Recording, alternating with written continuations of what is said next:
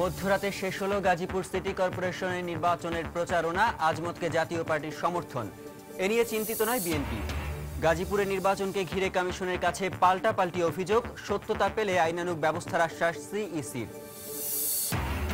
সিলেটে ম্যাজিস্ট্রেটের হয়রানির প্রতিবাদে শুক্রবার থেকে সারা দেশে অনির্দিষ্টকালের ধর্মঘটের ডাক সিএনজি স্টেশন মালিকদের, আলোচনার আহ্বান পেট্রোবাংলার চেয়ারম্যানের। রমজানে বিকেল ৩টা থেকে রাত ৯টা পর্যন্ত সিএনজি স্টেশন বন্ধ রাখার সিদ্ধান্ত। সেহরি ও ইফতারের সময় নিরবচ্ছিন্ন বিদ্যুতের আশ্বাস।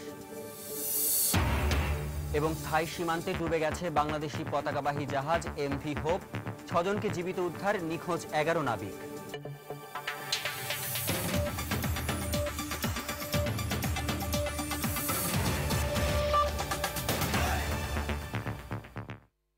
প্রবাসের সময় সঙ্গে আছি আমি আরিফুর রহমান।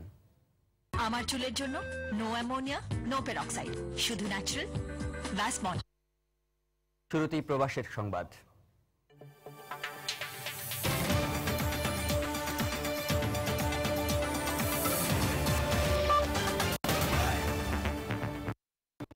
সংযুক্ত আরব আমিরাতে মেশিন রিডেবল পাসপোর্ট চালু হওয়ার ব্যাপারে দুবাইয়ে বাংলাদেশ কনস্যুলেটের বিশেষ অবদানের প্রশংসা করেছে ফুজিরা বাংলাদেশ সমিতি। বৃহস্পতিবার এই উপলক্ষে দুবাইয়ে নিযুক্ত কনসাল মোহাম্মদ আবু জাফরকে সংবর্ধনা দেয় প্রতিষ্ঠানটি। বাংলাদেশি পণ্য প্রচারের লক্ষ্যে দুবাই শপিং ফেস্টিভ্যালে বাংলাদেশ প্যাভিলিয়নের আয়োজন করার জন্যও কনস্যুলেটকে ধন্যবাদ জানায় ফুজিরা বাংলাদেশ সমিতি। অনুষ্ঠানে সমিতির সভাপতি রানা জ্যোতি চাকমা সহ বিভিন্ন অতিথিরা বক্তব্য রাখেন।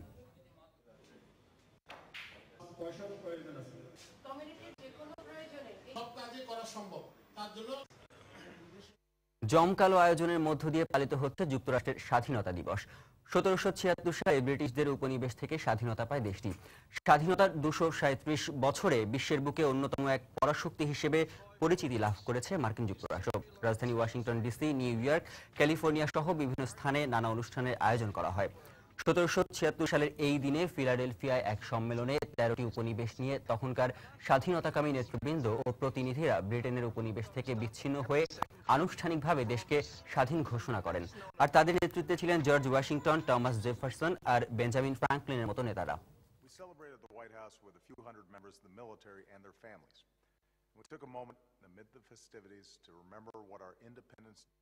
এদিকে যুক্তরাষ্ট্রের স্বাধীনতা দিবসকে সামনে রেখে জামিনে মুক্তি দেওয়া হয়েছে আবুল কাশেম নামের এক প্রবাসী বাংলাদেশিকে। তিনি দীর্ঘ 18 মাস যুক্তরাষ্ট্রের ইমিগ্রেশন ডিটেনশন সেন্টারে বন্দী জীবন যাপন করেন। তার মুক্তির পর এবারে স্বাধীনতা দিবসের সবচেয়ে বড় উপহারটি যেন পেয়েছেন তার স্ত্রী ও সন্তানরা।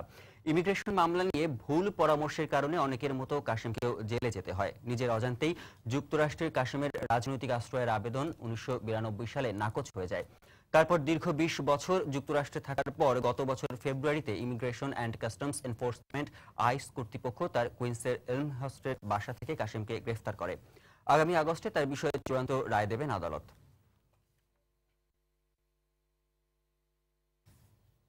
বাংলাদেশের প্রধানমন্ত্রী শেখ হাসিনার লন্ডন সফর উপলক্ষে বিক্ষোভ সমাবেশ করেছে যুক্তরাজ্য বিএনপি। বুধবার পূর্ব লন্ডনে এক সংবাদ সম্মেলনে বিক্ষোভ সমাবেশ সহ নানা কর্মসূচিও দেওয়া হয়। তবে প্রবাসে বাংলাদেশিদের এ ধরনের অপসংস্কৃতির সমালোচনা করেছেন বিশিষ্টজনেরা। গত বছর প্রধানমন্ত্রী শেখ হাসিনা লন্ডন সফরের সময় সেখানকার বিএনপি নেতাকর্মীর বিক্ষোভের মুখে পড়েন তিনি। এবারও শেখ হাসিনার ব্যক্তিগত সফর উপলক্ষে শোডাউন কর্মসূচি হাতে নিয়েছে যুক্তরাজ্য বিএনপি। এবারের প্রতিরোধ কর্মসূচি বিগত সময়ের চেয়েও বড় হবে বলে জানান তারেক জিয়ার তত্ত্বাবধানে নবগঠিত যুক্তরাজ্য বিএনপির সাধারণ সম্পাদক কায়সার আহমেদ। শেখ হাসিনা যুক্তরাজ্যের সফরকে সামনে রেখে যুক্তরাজ্য বিএনপি বিশাল কর্মসূচি ঘোষণা করছে। এই কর্মসূচি যুক্তরাজ্য বিএনপি ইউনাইটেডলি এই কর্মসূচি হাতে নিচ্ছে। যেখানে শেখ হাসিনা সেখানেই যুক্তরাজ্য বিএনপি প্রতিরোধ গড়ে তুলবে। তবে লন্ডনে বাংলাদেশিদের এই ধরনের রাজনীতির তীব্র সমালোচনা করেছেন অনেকেই। প্রবাসে রাজনীতির এই অপসংস্কৃতি থেকে সবাইকে দূরে থাকার আহ্বান জানান তারা। আমাদের দেশের প্রধানমন্ত্রী বা সরকার প্রদর্শন দেশে আছেন। বিএনপি ক্ষমতায় থাকলে আওয়ামী লীগ সেটাতে ডেমনস্ট্রেশন করেন, আওয়ামী লীগ ক্ষমতায় থাকলে বিএনপি করেন। এই ডেমনস্ট্রেশনটা অ্যাকচুয়ালি ঠিক না। এটা বাইরের দেশে কেন আমরা করব? সেটা আমরা ওনার সাথে দেখা করে গিয়ে স্মারকলিপি দেওয়া যায়, ওনার সাথে কথা বলতে চাইলে পত্রিকার মাধ্যমে, টেলিভিশনের মাধ্যমে প্রতিবাদ দেওয়া যায়। কিন্তু ওই যে ডেমনস্ট্রেশন করে সেটা অবশ্য দেশের জন্য মোটেই কোনো শুভবার্তা বয় না। প্রবাসীরা সংঘর্ষে না গিয়ে ঐক্যবদ্ধভাবে কাজ করতে পারলে বহির্বিশ্বে বাংলাদেশের ভাবমূর্তি উজ্জ্বল হবে বলে মন্তব্য করেন লন্ডনে সফররত human rights and piece for Bangladesh এর প্রেসিডেন্ট অ্যাডভোকেট মঞ্জিল মোর্শেদ। বিদেশে যারা প্রবাসী আছেন তারা বাংলাদেশকে বিদেশে রিপ্রেজেন্ট করবেন, অর্থাৎ সেই রিপ্রেজেন্টেশনটা যদি ইউনাইটেডলি করা যায় সেটা যতটা এফেক্টিভ হবে, তারা যদি বিভক্ত হয়ে করেন সেটা কিন্তু ততটা এফেক্টিভ হবে না। এবং বাংলাদেশের রাজনীতিতে যেমন বিভক্তি আছে, সেই বিভক্তিটা যদি আস্তে আস্তে প্রবাসে আমাদের মধ্যে ছড়িয়ে পড়ে, প্রবাসে যারা বসবাস করছেন তাদের মধ্যে ছড়িয়ে পড়ে, তো সেটা অত্যন্ত ক্ষতিকর হবে এবং সেই ক্ষতিকরটা আমরা কখনোই আশা করি না। 5 দিনের ব্যক্তিগত সফর শেষে আগামী 8 জুলাই দেশে ফিরে যাবেন প্রধানমন্ত্রী শেখ হাসিনা। সময় সংবাদ, লন্ডন। এবার দেশের খবর। শেষ হলো গাজীপুর সিটি কর্পোরেশন নির্বাচনের প্রচারণা। বৃহস্পতিবার দিনভর ও রাতে আওয়ামী লীগ ও বিএনপি সমর্থিত মেয়র প্রার্থীরা গাজীপুরের বিভিন্ন এলাকায় তাদের শেষ নির্বাচনী প্রচারণা শেষ করেন। এদিকে নির্বাচনী পরিবেশ বজায় রাখতে কঠোর অবস্থানে রয়েছে আইনশৃঙ্খলা রক্ষাকারী বাহিনী। প্রচারণার শেষ দিনে প্রার্থী ও তাদের সমর্থকরা বিপুল উৎসাহ উদ্দীপনা নিয়ে মাঠে নামে। 14 দল সমর্থিত প্রার্থী অ্যাডভোকেট আজমতুল্লাহ খান টঙ্গী এলাকায় তার নির্বাচনী প্রচারণা শেষ করেন। এদিকে 18 দল সমর্থিত মেয়র প্রার্থী অধ্যাপক আব্দুল মান্নান গার্মেন্টস এলাকায় মধ্যরাত পর্যন্ত গণসংযোগ করেন। এদিকে আইন শৃঙ্খলা পরিস্থিতি স্বাভাবিক রাখতে প্রশাসনের পক্ষ থেকে সর্বোচ্চ নিরাপত্তা ব্যবস্থা নেওয়া হয়েছে বলে জানিয়েছে পুলিশ প্রশাসন।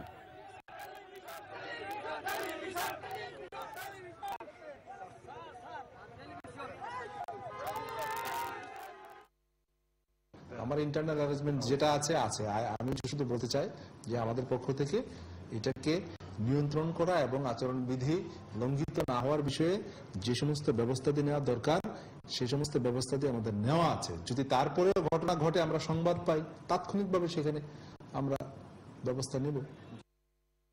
এদিকে প্রচারণা শেষ হবার মাত্র 10 ঘন্টা আগে গাজীপুর সিটি কর্পোরেশন নির্বাচনে 14 দলীয় সমর্থিত প্রার্থীকে নাটকীয়ভাবে সমর্থন জানালেন জাতীয় পার্টির চেয়ারম্যান হুসেইন মোহাম্মদ এরশাদ। শেষ মুহূর্তে বললেন জাতীয় পার্টি এখনো মহাজোটে আছে, আর সেই কারণেই তার দলের আনুষ্ঠানিক সমর্থন আজমতুল্লাহর পক্ষে। এর আগে তার সমর্থন দেয়া নিয়ে গাজীপুরের স্থানীয় নেতাদের মধ্যে দ্বিধা বিভক্তি দেখা দেয়। গাজীপুরে নির্বাচন হচ্ছে, কত কথা শোনে পেপারে, প্রতিদিন জাতীয় কথা লেখা হয়, জাতীয় পার্টি সমর্থন দিছে, জাতীয় সমর্থন দেয় নাই, কত কথা লেখে। আমরা কারোর সাথে নাই, আমরা একলাই থাকবো। মাত্র 24 ঘন্টার মধ্যেই নাটকীয়ভাবে বদলে গেল তার বক্তব্য। বদলে গেলেন জাতীয় পার্টির চেয়ারম্যান হুসাইন মোহাম্মদ এরশাদ। গত কয়েকদিন ধরেই তিনি বলে আসছিলেন গাজীপুর সিটি নির্বাচনে কাউকেই সমর্থন করছেন না তিনি। তবে নির্বাচনে এরশাদের সমর্থন নাটক নিয়ে নানা মহলের যখন নানা রকম মত, ঠিক তখনই এরশাদ ঘোষণা করলেন তার সর্বশেষ অবস্থান। নির্বাচনী প্রচারণা শেষ হতে যখন বাকি আর মাত্র কয়েক ঘন্টা। আমি এখন মহাজোটে আছি, মহাজোট সমর্থিত প্রার্থী আজমতুল্লাহ, তাকে আমি সমর্থন করছি। জাতীয় পার্টির প্রতিটি কর্মীকে নির্দেশ দিচ্ছি আজ থেকে এখন থেকে আজমতুল্লাহর পক্ষে কাজ করার জন্য। যদিও মেয়র পদের 2 প্রার্থী আলাদা আলাদাভাবে দেখা করেছেন এরশাদের সাথে। 14 দল সমর্থিত প্রার্থী আজমতুল্লাহকে দোয়া আর 18 দল সমর্থিত প্রার্থী এম এ মান্নানকে দোয়া ও সমর্থন 2 করেছেন এরশাদ, এমন দাবি ছিল দুজনের। আমি দোয়ার জন্য আসছিলাম, উনি আমার জন্য দোয়া করেছে। আমি তো ওনার সমর্থন নিয়ে, ওনার দোয়া নিয়ে তারপরে আমি সেখান থেকে এসেছি। তবে এরশাদ দাবি করেন তার বক্তব্যের প্রকৃত ব্যাখ্যা এতদিন কেউ বুঝতে পারেনি। যেহেতু আমার বক্তব্য নিয়ে আমি দোয়া করেছি, সেই দোয়াকে সমর্থন জানিয়ে বক্তব্য রেখেছেন প্রার্থীরা, সেই জন্যই ক্লারিফাই করার জন্য আমি এই কথাটা বলছি। এই নির্বাচনে মহাজোট প্রার্থীকে সমর্থন দিলেও জাতীয় নির্বাচনে মহাজোটে থাকবেন কিনা তা এখনো ঠিক করেননি বলে জানান সাবেক রাষ্ট্রপতি জাতীয় পার্টি চেয়ারম্যান হুসাইন মোহাম্মদ এরশাদ। আমি মহাজোট ছাড়বো তখনই যখন জাতীয় পার্টি লাভবান হবে। আমি মহাজোট ছাড়লে যে অন্য দল লাভবান হয় সে ভুল আমি করবো না। শাহ আলী জয়, সময় সংবাদ, ঢাকা। এদিকে জাতীয় পার্টির কেন্দ্র থেকে আজমতুল্লাহকে সমর্থন দেয়া নিয়ে চিন্তিত নয় বিএনপি। নির্বাচন নিরপেক্ষ এবং সুষ্ঠু হলে বিজয় নিজের পক্ষে আসবে বলে আশাবাদী বিএনপি সমর্থিত মেয়র প্রার্থী অধ্যাপক আব্দুল মান্নান। এদিকে নির্বাচনের পরিবেশ বজায় রাখতে বদ্ধপরিকর নির্বাচন কমিশন। সঞ্জীব রায়ের রিপোর্ট। আওয়ামী লীগ সমর্থিত মেয়র প্রার্থী আজমতুল্লাহ খানকে জাতীয় পার্টি সমর্থন জানানোয় ভোটের হিসাব নিকাশে তেমন প্রভাব ফেলবে না বলে মনে করছেন বিএনপি সমর্থিত মেয়র প্রার্থীর প্রধান নির্বাচনী সমন্বয়কারী হান্নান শাহ। হেড অফিসে বসে